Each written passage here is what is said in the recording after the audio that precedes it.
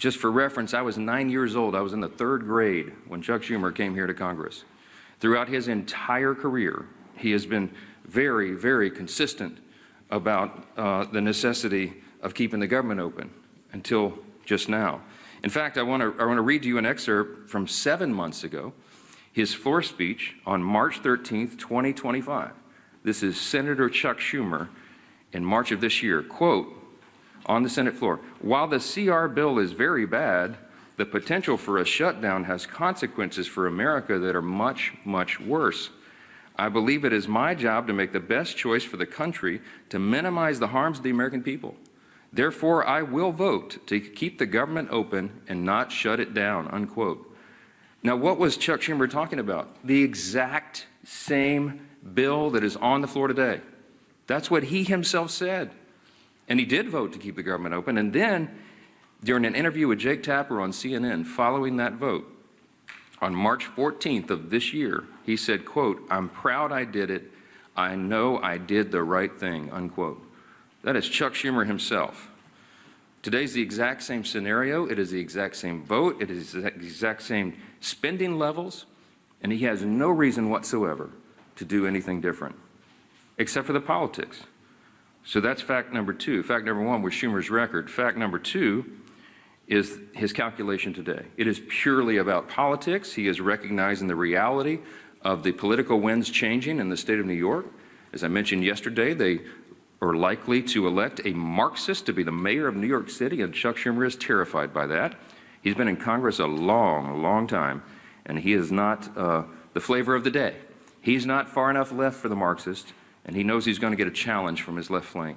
So he has to show a fight against President Trump, no matter how ridiculous it is, no matter how distracting it may be to the actual issues of the day.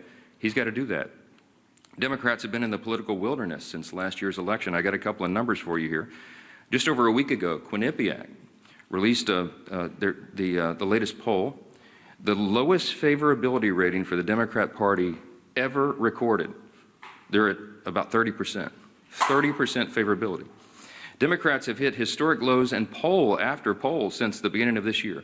Wall Street Journal poll, CNBC poll, the Pew survey, et cetera, et cetera. You've all seen it. Many of you reported on it, or have reported on it, and that is a fact that is inescapable. Third fast fact this morning, the Democrats' record on the CRs. You know about Chuck Schumer's record, but they've all done it. Democrats and Republicans have worked together to pass 13 CRs to keep the government open under the Biden administration in the previous 4-year term. Democrats supported every CR close to unanimously in the House and the Senate. In fact, their average is 99%. 99% of the Democrats who are voting no right now voted yes 13 times on the almost exact same, word for word, very simple CRs to keep the government open. But they won't do it now. The fourth fast fact this morning is the actual cost of the Democrats' CR counterproposal. I showed you all the graphics and all the evidence, and it's still there on my website at speaker.gov. You can go and see. The Democrats' counterproposal, what they're demanding to reopen the government and get it working for the American people again, would result in nearly $200 billion being spent on health care services for illegal immigrants and other non-citizens. It's enough to fund the entire children's health insurance program, $200 billion. And that's just part of the $1.5 trillion in new spending that they want to hoist upon the American people for big liberal wish lists in the middle of a very simple 7-week stopgap funding measure to keep the lights on. Fifth fast fact, and I'll take your questions, the cost of the government shutdowns for real people. So this results in crippling economic losses right now. These are the latest numbers. We've been assembling these, and I'm sure many of you all have been reporting on it. Each week the shutdown continues, it will wipe out an estimated $15 billion in our gross domestic product in our country. A month-long shutdown would mean not just 750,000 federal civilian employees furloughed right now, but an additional 43,000 more unemployed Americans across the economy, because that is the effect, the ripple effect that it has in the private sector. You could go state by state And we could have charts and graphs this morning and show you what it's going to mean to every state. But what the shutdown means in the state of New York, for example, that's Chuck Schumer's state. The impact there is a decline of $1.2 billion per month in GDP. That is the pain that is being wrought. And I, again, have to mention that when you shut down, as they have, women, infants, and children nutrition programs, veterans health services, the disabled, the elderly who receive health care at home, all these programs are now being shuttered because the funding streams have stopped. We have troops, we have Border Patrol agents, TSA agents that are all serving, protecting all of us, protecting the country without pay right now. Real hardships for real families, and it cannot drag on any longer. We are pleading with the Democrats in the Senate to do the right thing. The Republicans are united 100%, and we have proven it with our votes. The President, the Republicans in the Senate, and of course the Republicans in the House have done the right thing. We have all advocated to keep the government open. We have all voted repeatedly over and over to keep the government open. And it comes down to the necessity of 60 votes in the Senate. We only have 53 Republicans. And so we have to have a handful of Democrats who will wake up and do the right thing and stop inflicting pain on the American people so that they can score political points. I'll take your questions. Yes, ma'am. Hi, Mr. Hey. I would like to know, do you think all those federal employees will receive the back pay if they keep their job? And then also, we saw in the Democrats' CR almost $500 million for PBS and NPR, $174,000 in death benefits to those 3 Democrat lawmakers' families who recently passed away, $437 million for the European Bank. Could you also comment on those 3 provisions too? Yes, I mentioned in the counterproposal, the CR for the Democrats presented, it's $1.5 trillion. And if you go through it, and we have, and you analyze what it is they're requesting, it's a list of absurd priorities. They know that we could never do that and would never do it because it's wrong. For example, they want to give $500 million back to the Corporation for Public Broadcasting. In the One Big Beautiful Bill, we eliminated that line. We don't believe that taxpayers should be funding biased news organizations and subsidizing their operations. That might have made sense 30 or 40 years ago. But you don't need that service anymore. Look how many media outlets are present in the room this morning. Media and information is ubiquitous. It's 24/7. It's live all the time, and it's on the internet. We don't need taxpayers funding that, and they were all left-leaning, biased organizations. We're not doing that again.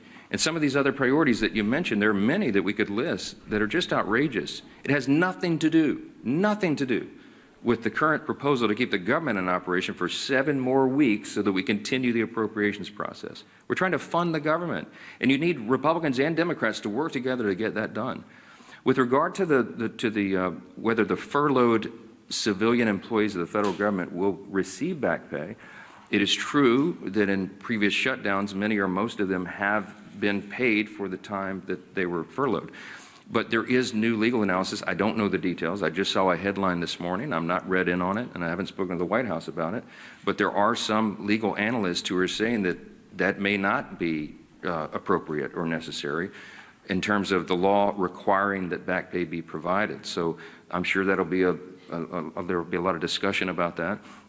But there are legal analysts who think that that is not something that government should do. That, if that is true, that should turn up the urgency and the necessity of the Democrats doing the right thing here.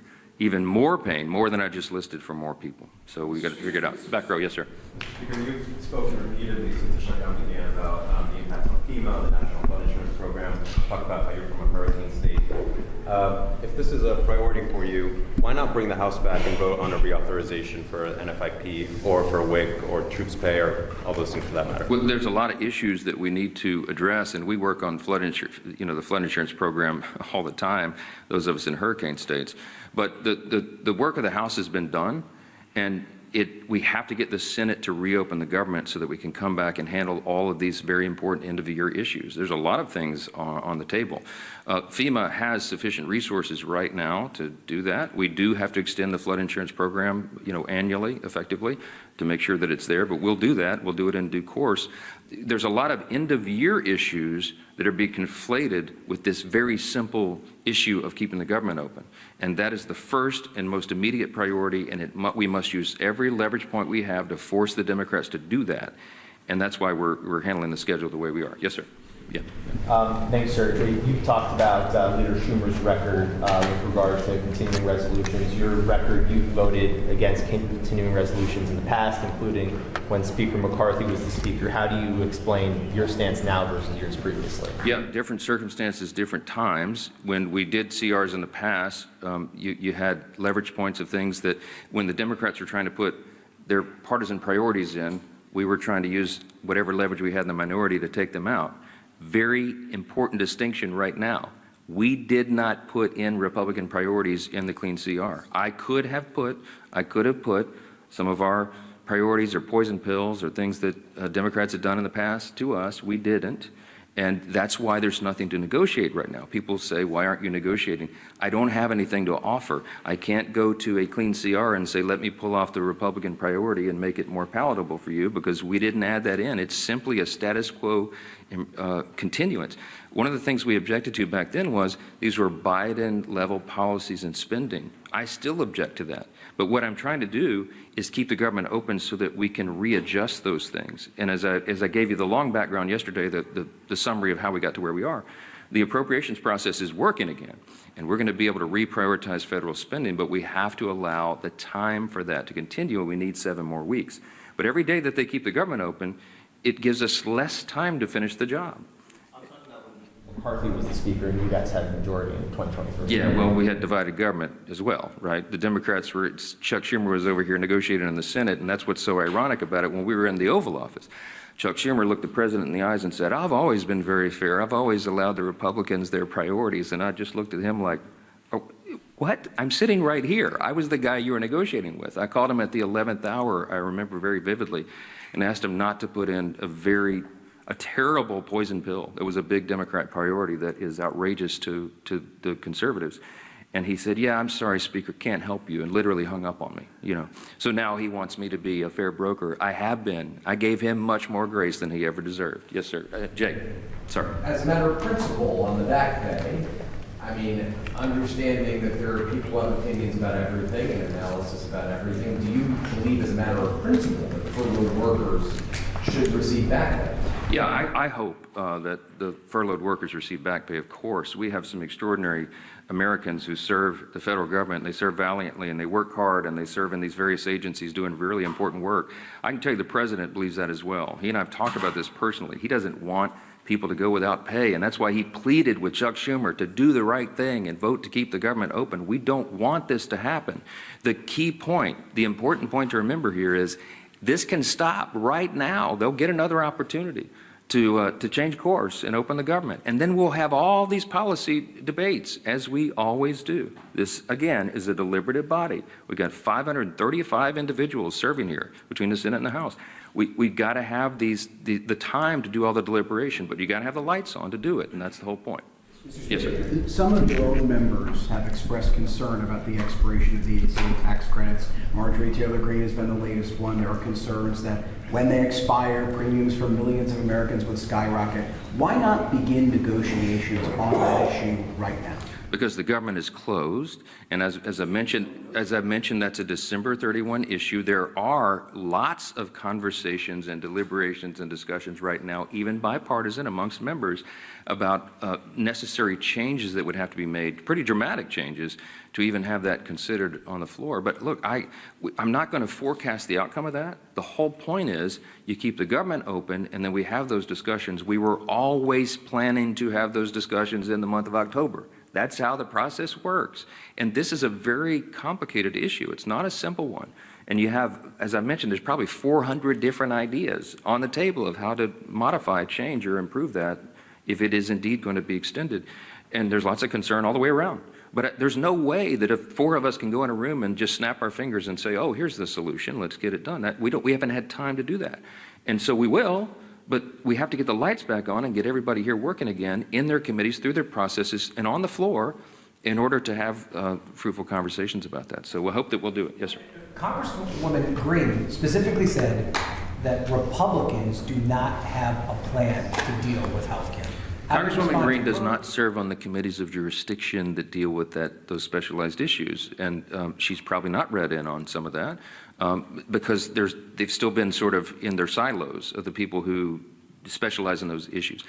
When we get the conference back and when everybody's back together, we'll go through a lot of that. I mean, I've spoken personally to a number of members in the last 3 days, Republicans, from the most conservative member to the more moderate member, with their various ideas on that. There's a lot of work that's been done on that. It's implied as if this has been some sort of ignored issue. It's not that at all.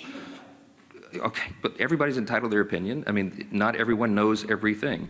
Congress is a very complex organization, operation, institution with lots of things going on in lots of different areas of committees of jurisdiction. And no one member has read in on everything that happens because that would be an impossible amount of information. Yeah, let me go front row. Yes, President Trump yesterday expressed a willingness to work with Democrats on the health care issue. You say that's not going to happen so long as the government is shut down. Does that change your calculus that the president says that he wants to see some kind of a negotiation or discussion on this, even if the government is shut down? Yeah, I don't know if you saw his truth after that was reported, but he made very clear that, yes, he's happy to sit down and talk with Democrats about health care or anything as soon as they reopen the government. And we are 100% consistent and united on that. I spoke to the president at length yesterday about that very thing. And yes, he wants to solve problems. The president is a deal maker. He likes to figure these things out and works towards solutions. And that's why he's a bold, strong leader that America needs right now. I'm excited to work with him on that. I have the exact same opinion and position. But again, none of this can happen until the Democrats stop inflicting pain on the American people and turn the lights back on in Congress and get everybody back to work. I certainly pray and hope that they will do that and they don't drag this on for political purposes. Thank you all so much. Mr. Speaker, when will you swear in Ms. Grijalva?